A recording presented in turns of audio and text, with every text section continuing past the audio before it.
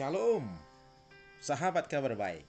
Senang boleh menyapa saudara-saudari semua dalam tayangan kita pada saat ini. Tema kita hari ini bicara tentang kesuksesan. Tapi sebelum kita menyaksikannya, saya mengingatkan bagi kita semua, jika tayangan ini memberkati Anda, jangan lupa subscribe, komen, like, dan bagikan. Tuhan Yesus memberkati kita semua. Saudaraku, semua orang tentu ingin sukses. Mulai dalam hal karir, usaha, keuangan, tubuh yang sehat dan ideal, hubungan yang harmonis, serta keluarga bahagia, bahkan kehidupan kerohanian adalah impian setiap orang. Tetapi kita tahu bahwa sukses itu lebih dari sekedar impian. Jadi saudaraku, jika kita memimpikan sebuah kesuksesan, itu belum sampai kepada tahap kita dikatakan sebagai orang yang sukses.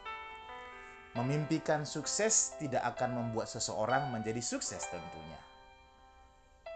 Sukses dapat diumpamakan seperti sebuah pohon di mana buah dari pohon itu adalah kesuksesan. Dan mimpi untuk menjadi sukses adalah benih. Jadi artinya benih itu harus ditanam, dirawat, dipelihara, dipupuk, disiram, maka benih akan bertumbuh dengan baik dan menghasilkan buah.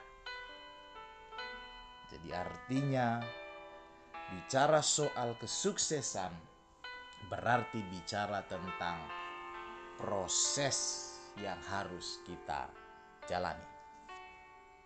Sering menjadi masalah adalah kita ingin sukses, tetapi kita tidak mau membayar harga, bahkan kita cenderung bermalas-malasan.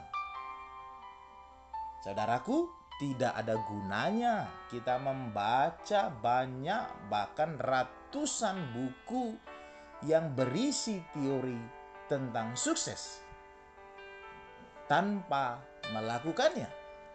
Sehingga firman Tuhan mengingatkan kita dalam Amsal 24 ayat 33 sampai 34. Demikianlah isinya. Tidur sebentar lagi, mengantuk sebentar lagi, melipat tangan sebentar lagi, lalu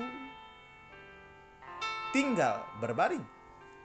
Maka datanglah kemiskinan seperti seorang penyerbu, dan kekurangan seperti orang yang bersenjata. Menyedihkan tentunya, banyak orang Kristen ingin sukses, tapi terjebak dalam suasana atau situasi bermalas-malasan tanpa melakukan apapun, hanya bermimpi. Harusnya kita tahu tidak ada sukses yang instan kecuali kopi atau mie instan, saudara-saudaraku. Artinya, sahabat kabar baik, semakin besar kesuksesan yang ingin kita capai, semakin besar proses yang harus kita jalani. Itu pertama yang ingin saya sampaikan. Hal yang kedua, perlu kita ingat secara bersama-sama sebelum kita sampai kepada tahapan atau langkah-langkah untuk memperoleh kesuksesan dalam perspektif Alkitab. Saudaraku, sahabat kabar baik, kita juga harus memahami kesuksesan yang dikehendaki dalam perspektif Alkitab adalah kesuksesan yang bersifat holistik atau menyeluruh. Artinya, kesuksesan itu harus mencakup semua aspek kehidupan tanpa mengorbankan yang lainnya. Holistik itu berarti mencakup hal-hal yang sifatnya rohani dan hal-hal yang sifatnya dunia. Sering sekali kita agak alergi ketika bicara tentang perkara-perkara duniawi. Apakah holistik itu? Holistik bisa diartikan hal-hal yang menyakup kehidupan sehari-hari kita.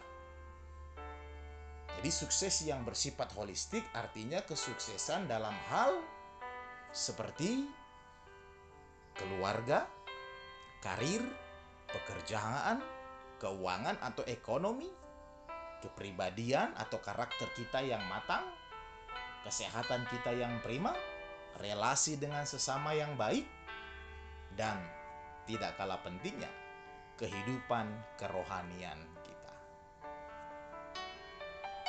Artinya, kesuksesan yang holistik berarti keseimbangan di dalam hidup kita.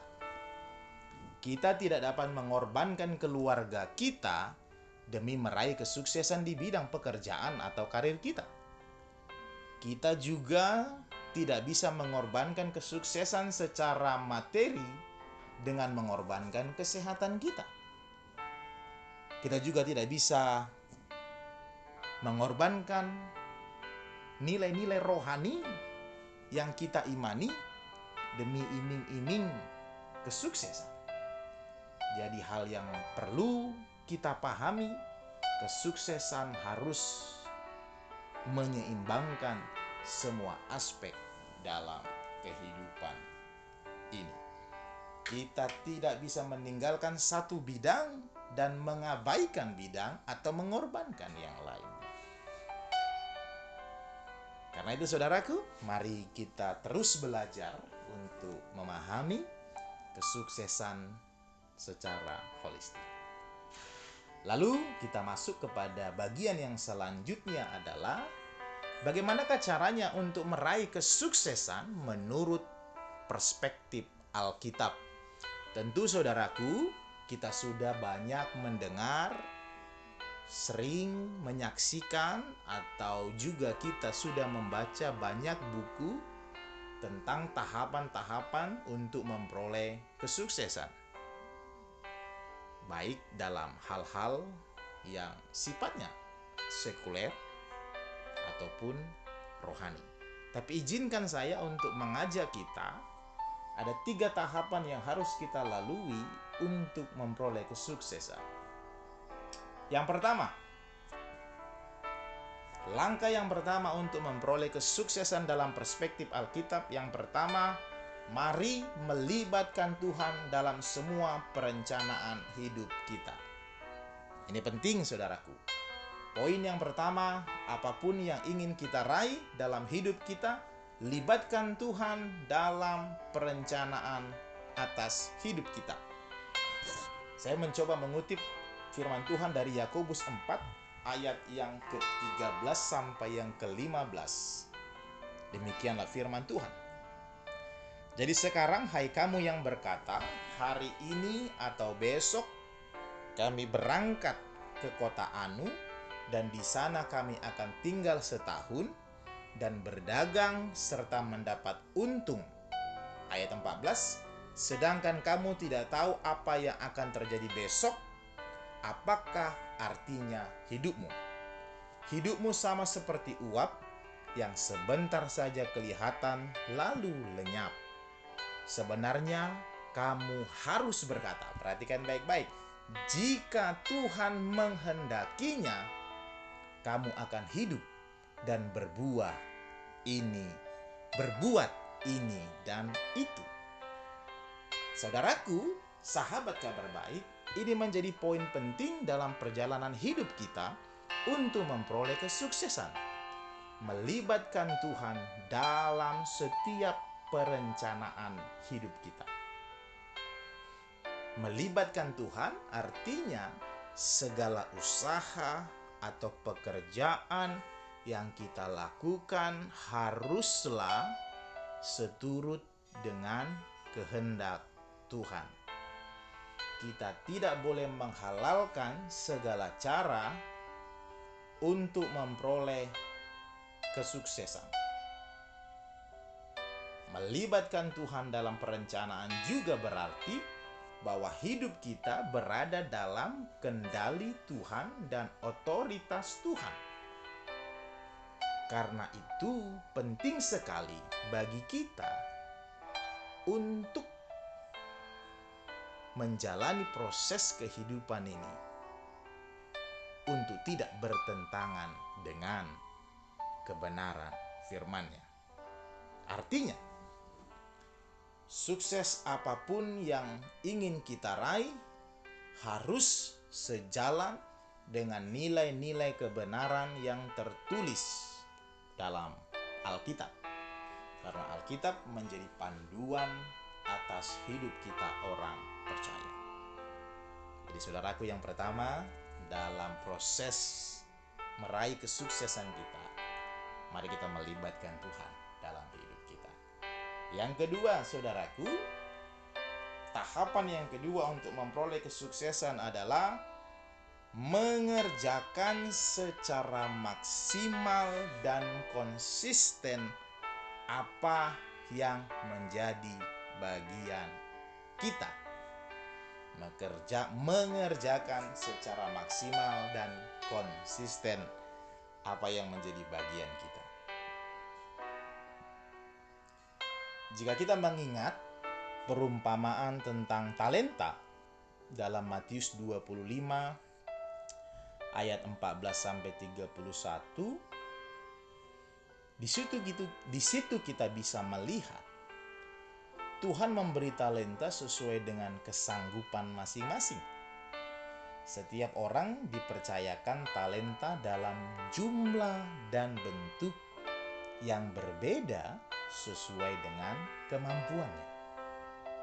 Talenta dalam perspektif Injil Matius itu melambangkan semua kemampuan, waktu, sumber daya, dan kesempatan untuk melayani Tuhan selama kita masih hidup di dunia ini.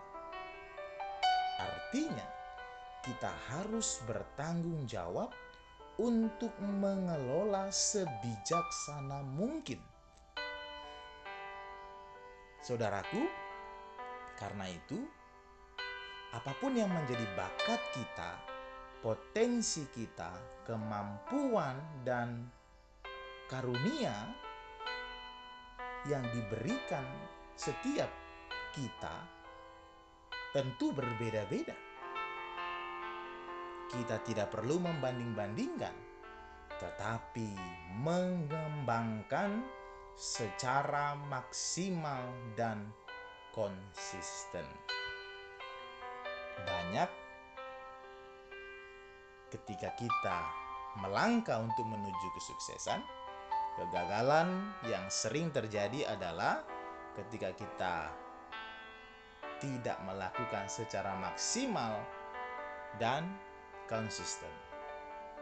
Jadi, saudaraku, sahabat kabar baik, jika kita berhasil mengembangkan talenta yang kita miliki, bersiaplah untuk menerima tanggung jawab yang lebih besar dari Tuhan.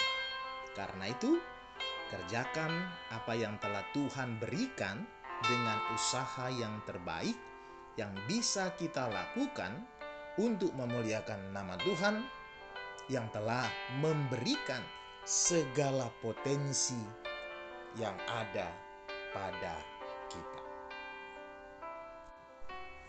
Dan yang terakhir, saudaraku, yang perlu kita pahami adalah mari menantikan dengan sabar semua proses yang telah kita jalani sampai kita menikmati buahnya.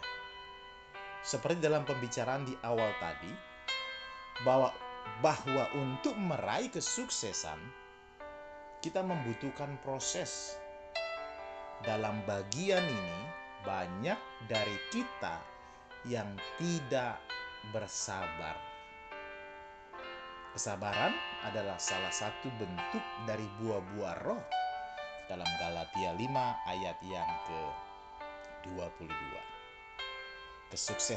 Kesuksesan bukanlah tujuan, tetapi proses yang harus kita jalani. Penting sekali dalam proses menuju kesuksesan, kesabaran dalam situasi dan kondisi yang kita alami menjadi bagian penting. Seperti salah satu lirik pujian yang sangat populer dan kita mengamini, waktu Tuhan pasti yang terbaik.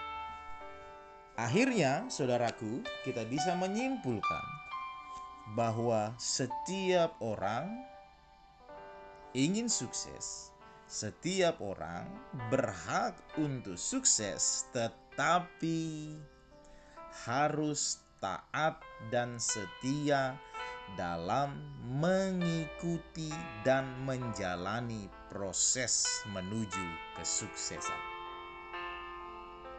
Karena itu, kesetiaan kita kepada proses akan menentukan kepada kesuksesan yang akan kita raih. Hal yang kedua yang ingin saya sampaikan adalah bahwa kesuksesan setiap pribadi punya standar yang berbeda. Seorang petani akan merasakan kesuksesan ketika apa yang dia tanam berhasil berbuah sesuai dengan harapan dan keinginannya. Berbeda dengan seorang atlet akan merasa sukses ketika kedisiplinan dan latihan menghasilkan prestasi dari minat dan kemampuan yang diasah. Dan kesuksesan seorang murid tentu akan berbeda standarnya dengan kesuksesan seorang guru. Karena itu saudaraku, mari kita terus berjuang setia kepada proses yang Tuhan izinkan atas hidup kita. Tuhan Yesus memberkati kita semua. Shalom, sahabat Kabar Baik.